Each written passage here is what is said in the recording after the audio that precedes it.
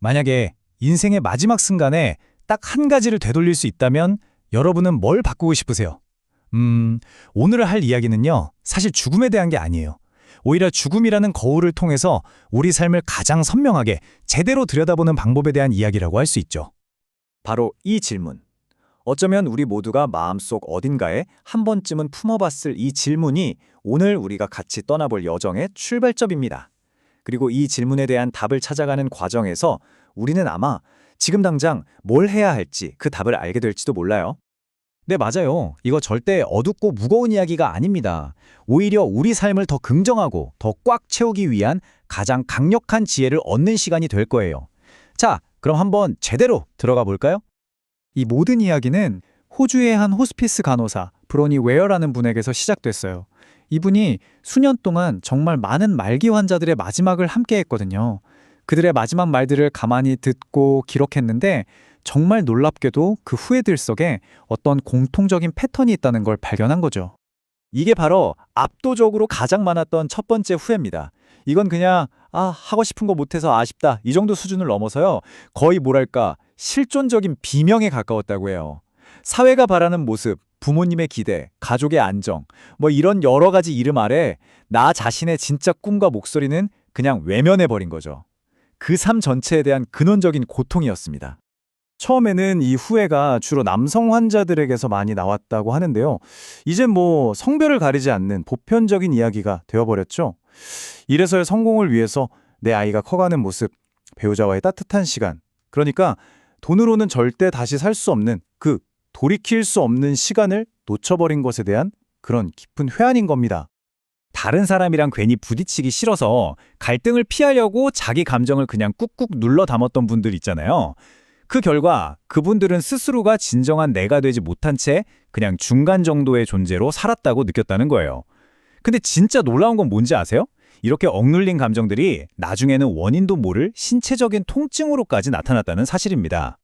인생의 마지막 순간에 사람들이 그리워한 건요, 무슨 대단한 사업 파트너나 사회적 지위 같은 게 아니었습니다. 그냥 내 본 모습을 다 기억해주고 아무 조건 없이 같이 웃고 떠들던 그 오랜 친구들이었죠. 그런데 바쁘다는 핑계로 일상에 쫓겨서 그 소중한 관계의 끈을 자기도 모르게 놓쳐버렸다는 걸 너무 늦게 깨달은 겁니다. 사실 이 5번째 후회가 많은 사람들한테 가장 큰 충격을 준다고 해요. 왜냐하면요, 행복이라는 게 어떤 대단한 조건이 채워져야 오는 결과물이 아니라 사실은 매 순간 내가 선택할 수 있는 거였다는 걸 죽음 직전에야 깨닫기 때문이죠. 변화가 두려워서 그냥 익숙한 불행에 머물고 남들 눈치 보느라 정작 내가 즐거운 건 스스로 막아버렸던 거예요. 거기에 대한 정말 깊은 안타까움이었습니다.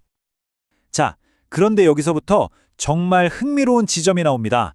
방금 말한 이 후회들이 전 세계적으로 보편적이긴 한데 이게 또 문화권에 따라서 조금씩 다른 색깔을 띈다는 거죠. 렌즈를 조금 더 넓혀서 서양과 동양의 차이를 한번 들여다볼까요? 이 표를 한번 보세요. 차이가 명확하게 보이지 않나요? 서양의 후회가 철저하게 나의 자아 실현, 나의 진정성에 집중하는 반면에 일본의 호스피스 의사 오츠슈이치가 정리한 동아시아의 후회는 관계에 초점이 맞춰져 있어요. 가장 큰 후회가 바로 사랑하는 사람에게 고맙다는 말을 더 많이 했더라면 이었던 것처럼요. 평소에 감정 표현을 좀 아끼는 문화 속에서 오히려 가장 가까운 사람에게 진심을 전하지 못한 아쉬움이 이렇게나 크게 남는다는 겁니다. 특히 우리나라, 한국의 호스피스 현장에서는 한이라는 아주 독특한 정서가 발견되곤 합니다.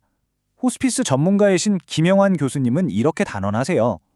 통증은 감정이다. 살아오면서 겪었던 억울함, 분노, 또 풀지 못했던 가족 간의 갈등 같은 것들이 임종 직전에는 극심한 신체적 통증으로 나타난다는 거죠. 심지어 어떤 약으로도 조절되지 않던 통증이 마음속에 맺혔던 그 한을 풀어냈을 때 기적처럼 사라지는 현상도 종종 관찰된다고 합니다. 그렇다면 우리는 왜 특히나 하지 않았던 일에 대해서 이렇게까지 깊은 후회를 느끼는 걸까요? 자, 지금부터는 이 강력한 감정 뒤에 숨겨진 심리학적인 원리를 한번 파헤쳐 보겠습니다. 코넬 대학교의 심리학자 토머스 길로비츠는 우리의 자아를 크게 3가지로 나눴습니다. 첫째는 지금 현재의 나인 현실 자아, 둘째는 책임과 의무를 다하는 당위적 자아, 그리고 마지막으로 나의 꿈과 희망이 담겨 있는 이상적 자아가 있다는 거죠.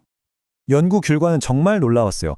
사람들이 인생 전체를 쭉 돌아보면서 느끼는 후회의 무려 76%가 바로 그 이상적자, 그러니까 꿈을 실현하지 못한 것과 관련이 있었습니다. 반면에 의무나 책임을 다하지 못한 것에 대한 후회는 24%에 불과했죠. 아니 도대체 왜 이렇게 엄청난 차이가 나는 걸까요? 비밀은 바로 여기에 있습니다. 우리가 실수를 저질렀을 때, 즉 행동 후회를 할 때는요, 사과를 하거나 어떻게든 수습을 하면서 문제를 해결하려고 해요. 또 우리 마음속에는 심리적 면역체계라는 게 있어서 아, 그럴 만한 이유가 있었어 라면서 스스로를 합리화하기도 하죠.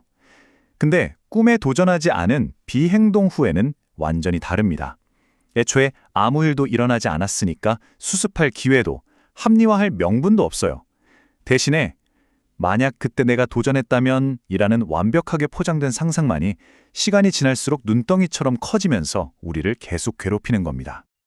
자, 지금까지 후회의 원인을 깊이 파고들어 봤습니다. 그럼 이제 가장 중요한 질문이 남았죠. 이 지혜들을 도대체 어떻게 우리 삶에 적용할 거냐?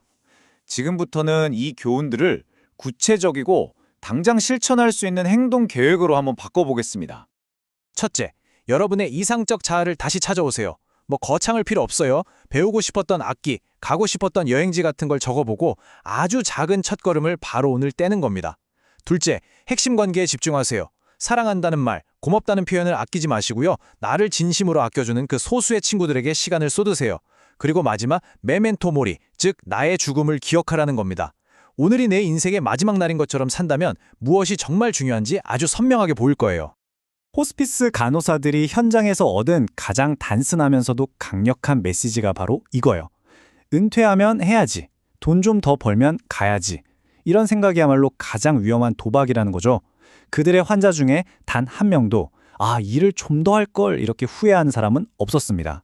대신에 아, 그때 그 케이크 먹었어야 했는데, 그 여행 갔어야 했는데 라면서 미뤄뒀던 아주 소소한 기쁨들을 그렇게 아쉬워했답니다. 결국 이 모든 연구와 증언들은 딱 하나의 진실을 가리키고 있습니다. 우리 인생의 가장 큰 비극은 죽는다는 사실 그 자체가 아니라 내가 단 한 번도 온전히 나로 살아보지 못했다는 걸 깨닫는 바로 그 순간일 겁니다. 극작가 조지 버나드 쇼는 자기 묘비에 이 재치 있으면서도 정말 뼈아픈 문구를 새겨달라고 했죠. 우물쭈물하다 내 이럴 줄 알았다. 멍설이고 미루고 남의 눈치 보다가 결국 아무것도 제대로 못해보고 맞이하는 마지막에 대한 경고로 이보다 더 강력한 말이 또 있을까요? 이 질문에 대한 답은 다른 누구도 아닌 오직 여러분 자신만이 쓸 수 있습니다. 먼저 떠난 이들이 남겨준 이 마지막 선물을 가슴에 잘 품고 오늘부터 여러분만의 이야기를 한번 시작해보는 건 어떨까요? 충분히 나답게 살았고 모든 것에 고마웠다라고 미소 지으면서 마무리할 수 있는 바로 그런 멋진 이야기 말입니다.